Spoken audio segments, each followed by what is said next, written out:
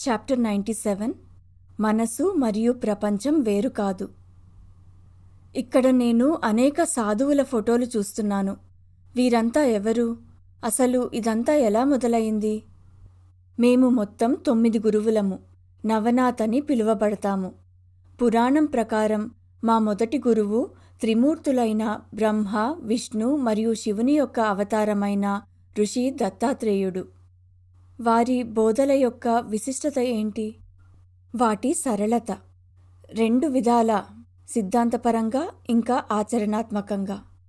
ఒకరు నవనాథ్ ఎలా అవ్వగలరు? దీక్ష వలన లేక వారసత్వంగానా? 2 కాదు.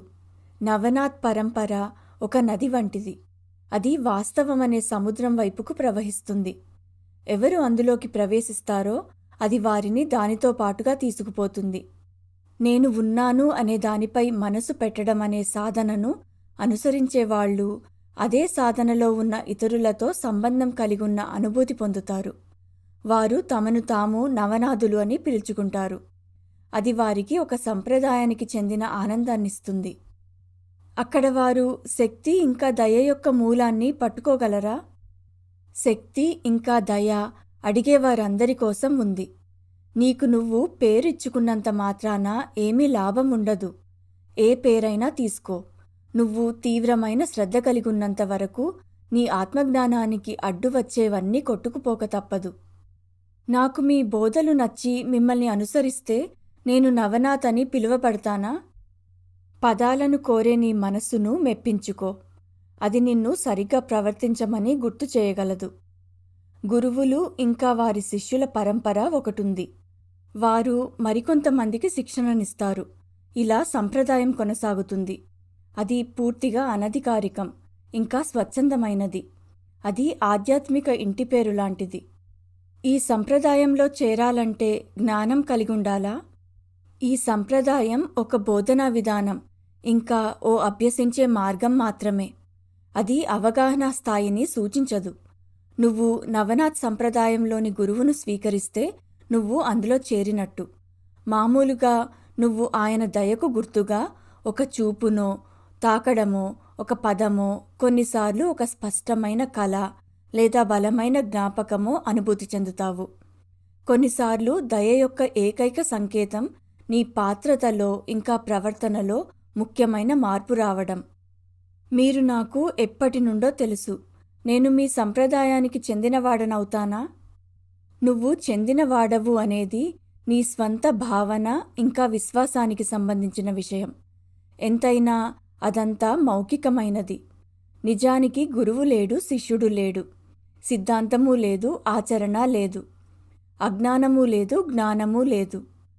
అదంతా నిన్ను నువ్వు ఏమనుకుంటున్నావు అనే దానిపై ఆధారపడి ఉంది. నిన్ను నువ్వు సరిగ్గా తెలుసుకో. ఆత్మజ్ఞానానికి ప్రత్యామ్నాయం లేదు. నన్ను నేను సరిగ్గా తెలుసుకున్నానని అనడానికి రుజువేముంది? నీకు రుజువు అవసరం లేదు. ఆ అనుభవం ప్రత్యేకమైనది, ఇంకా తప్పు పట్టలేనిది. అడ్డుపడేవి కొంతవరకు తొలగినప్పుడు అది నీలో అకస్మాత్తుగా ఉదయిస్తుంది. నేను సృష్టించబడ్డానా లేక నేను సృష్టిస్తున్నానా? నేను ఉన్నాను అనేది ఎప్పుడూ ఉండే సత్యం. నేను సృష్టించబడ్డాను అనేది ఒక ఆలోచన. నిన్ను మేము సృష్టించామని విశ్వం గాని భగవంతుడు గాని వచ్చి నీకు చెప్పలేదు.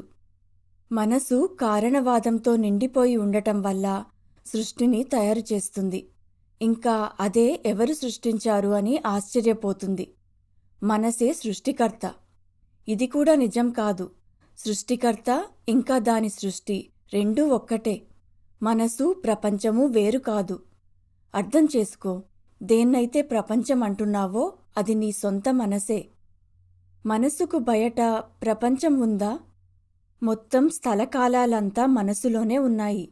మనసు యొక్క అనేక స్థాయిలు ఉన్నాయి. ప్రతి స్థాయి దాని సొంత కథనం ప్రక్షేపిస్తుంది. అయినా అన్నీ మనసులోనే ఉన్నాయి, ఇంకా మనసు ద్వారానే సృష్టించబడ్డాయి.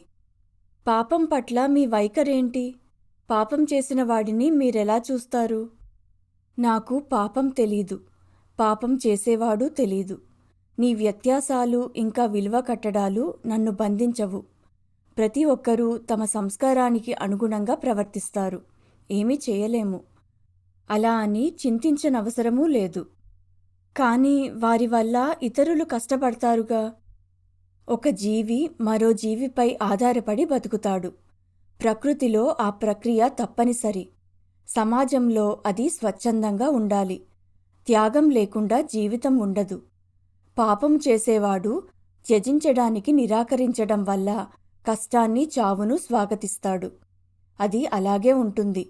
ఇంకా అది ఖండించడానికి, జాలిపడటానికి ఎటువంటి కారణం ఇవ్వదు. ఖచ్చితంగా పాపములో కొట్టుకుపోతున్న వాడిపై మీరు జాలి కలిగి ఉంటారుగా. అవును, నేనే అతడిననిపిస్తుంది. ఇంకా అతడి పాపాలన్నీ నావే. నేను అతడితో ఒకటిగా మారడం ద్వారా అతడు నాతో ఒకటవుతాడు. అది చేతన ప్రక్రియ కాదు. అది అదంతకదే జరుగుతుంది. ఎవ్వరూ ఏమీ చేయలేము. మార్చబడాల్సినది ఎలాగైనా మారుతుంది. ఇక్కడ ఇంకా ఇప్పుడు ఒకరు ఎలా ఉన్నారో తెలుసుకుంటే సరిపోతుంది. ఒకరి మనస్సుపై తీవ్రమైన పరిశోధన చేయడమే యోగము. మరి పాపం ద్వారా ఏర్పడిన విధి యొక్క గొలుసుల మాటేంటి? ఎప్పుడైతే అజ్ఞానం అంటే పాపము యొక్క తల్లి కరుగుతుందో అప్పుడు విధి అంటే మళ్ళీ పాపము చేయమని బలవంతపెట్టే సంస్కారాలు ఆగిపోతాయి. పాపాలకి ప్రతిక్రియలు చేయవలసిన పని ఉండదా? అజ్ఞానము ముగిసిపోయినప్పుడు అన్నీ ముగిసిపోతాయి. ఏది ఎలా ఉంటే అలా చూడబడతాయి. ఒక పాపాత్ముడు మీ దగ్గరకు వచ్చి మీ దయను కోరితే మీ స్పందన ఎలా ఉంటుంది? అతడు అడిగినది అతడికి దొరుకుతుంది. ఎంత చెడ్డవాడైనా కూడానా? నాకు చెడ్డవాళ్ళెవరూ తెలియదు. నాకు నేను మాత్రమే తెలుసు. నేను సాధువులను, పాపాత్ములను చూడను. నేను కేవలం జీవరాశులను చూస్తాను. నాలో ఉన్నదే నీలో ఉంది. నేను నీ దగ్గర లేనిదేది ఇవ్వడం లేదు. నా దయను కోరుతున్నంతవరకు నువ్వు నా ఇంటి ముందు నిలిచి బిచ్చమెత్తుతావు. మనము వేరు కాదు. వాస్తవము అందరికీ సామాన్యము. ఒక తల్లి మీ దగ్గరకు వచ్చి తన బిడ్డ తప్పుదోవలో వెళ్తున్నాడని, అతడిని బాగు చేయమని మిమ్మల్ని కోరితే మీరేమంటారు? అంతా బాగానే ఉంటుందని ఆమెకు చెప్పడం బహుశా నేను వినొచ్చు. అంతేనా? మరి ఆ పిల్లాడు మారతాడా? మారచ్చు, మారకపోవచ్చు. మీ చుట్టూ ఉన్నవాళ్ళు మీరు ఏది చెప్పినా అది జరుగుతుందని అంటారు. ప్రతిదానికి ఎన్నో కారణాలుంటాయి. ఆ తల్లి హృదయమే ఆ పిల్లాడిని రక్షించొచ్చు. తన కోసం ఏమీ కోరని మనిషి సర్వశక్తిమంతుడని నేను విన్నాను. మొత్తం విశ్వం అతనికి లొంగి ఉంటుందట. నువ్వది నమ్మితే అలాగే నడుచుకో. ప్రతి వ్యక్తిగత కోరికను విడిచిపెట్టి ఆదా చేయబడిన శక్తిని ప్రపంచాన్ని మార్చడానికి ఉపయోగించు. ఎందరో ఋషులు ఇంకా బుద్ధాలు ప్రపంచాన్ని మార్చడంలో విఫలమయ్యారుగా. ప్రపంచం మార్పుకు లొంగదు. దాని స్వభావం ప్రకారం అది దుఃఖకరం ఇంకా క్షణభంగురం. దాన్ని ఎలా ఉంటే అలా చూడు. అన్ని కోరికలు ఇంకా భయాల నుండి బయటపడు.